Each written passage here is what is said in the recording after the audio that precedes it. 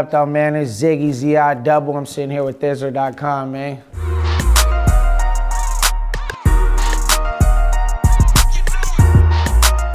When I started working with Trax, we were doing a bunch of songs, and Right Now was originally like my song, you know. So I had there's a Right Now with there's a Right Now with 2 verses of mine, you know what I'm saying? So it was my song, but you know what I mean. Somehow Philthy heard it, and I was working with Trax, and you know, he wanted to jump on it and wanted to keep me on the hook. I was all for it, so I was just with it. Like, it was a good look for me. I didn't really know we were even gonna do a video or like it was gonna be on the radio or none of that. I just thought it was gonna be like a song. So I was like, all right, it's dope, you know, like let him get on there, let him keep it or whatever, you know? And yeah, it just kind of took off from there, you know? So that's dope, it's a blessing, it's good. It's people reaching out, you know, people recognizing me and stuff, and you know, people think I know SOB and all that. You know what I mean? I don't, you know? But, yeah, it's tight.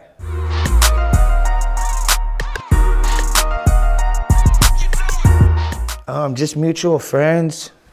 Actually, Taj was already working with him over there at the Tech Boom, on the Tech Boom, so. And then we had a mutual friend that just knew each other. And I ended up going over there and started working with him, man.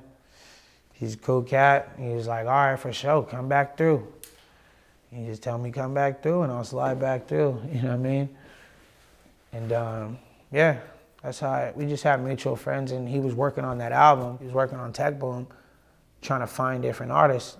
And you know, people had told him about me, so he just, somebody who knew us both found me, and yeah, that's how it worked out.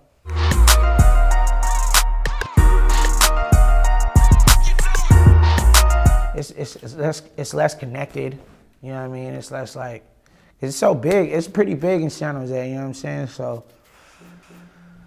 it's everybody's on their own little thing, you know what I'm saying? So it could be somebody in San Jose that's like super, super hard right now, and like I do not know who he is, and he don't know who I am either, you know what I mean? Whereas like, probably won't happen that way in like other cities, you know what I mean? Because they're a little more tied in, tapped in, like a little more like that. But I mean, I can't do nothing about it. I'm from San Jose. I enjoy being a rapper from San Jose.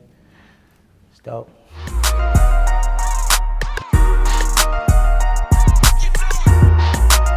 Yeah, it was, it still is. It's like a collective. It's more like, we were really just like, we're all friends, you know? We all grew up and just, you know, kind of doing our solo things.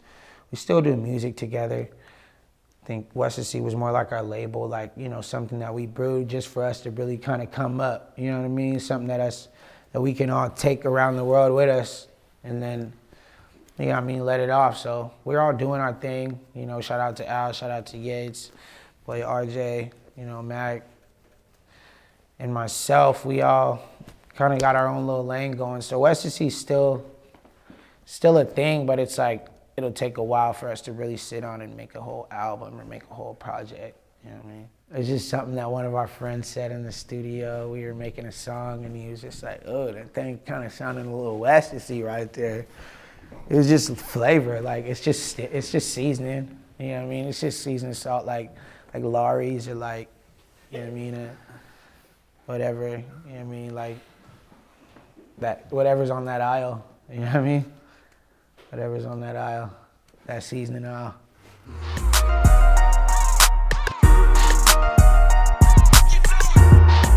I actually was stealing his beats online for a long time, and then I dropped some stuff on SoundCloud, and he had got word of it, hit me up and was like, yeah, I like that. We should do some real stuff. And just so happened he lived in San Jose, so I ended up going to his house and just making some slaps with him at his apartment. And then, you know, we did a lot of stuff. And then we just scratched all that, and then and then Khakis came after all that other scratch stuff. So, yeah, I think Khakis are like, maybe Khakis might have been one of the first beats that he played me when I did go over there a long time ago. So, and then kind of just off of that sound and just feeling like, okay, maybe I can create off of this type of vibe. You know what I'm saying? Like, that's what made me want to mess with him. And then, you know, he wanted to work with me, so I thought it'd be dope for us to make a project and kind of just like, because he's into that sound too. So I was like, all right, let's just build, you know, let's work.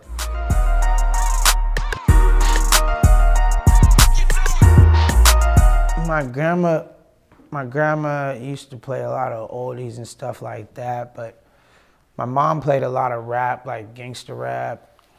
And then my grandpa plays the piano, so he's doing a lot of soul and stuff like that. So that's kind of how I know about a lot of R&B and like stuff like that. And then other than that, I was just listening to like, you know, gangster shit, I guess, you know, Sebo and all them, you know, Tupac and shit like that. And then later on, I was listening to like Jay-Z and DMX and Master P and, you know, all that type of stuff. So I like to think of my style as just like a creatively confused type of, you know, gumbo, ghetto gumbo, like just everything put together. Like, we don't know who it's gonna be this time. Just close the booth up, let the boy go. You know what I mean? But I think a lot of my influences come from like, maybe that soul, you know? Like, I like soulful stuff. Yeah.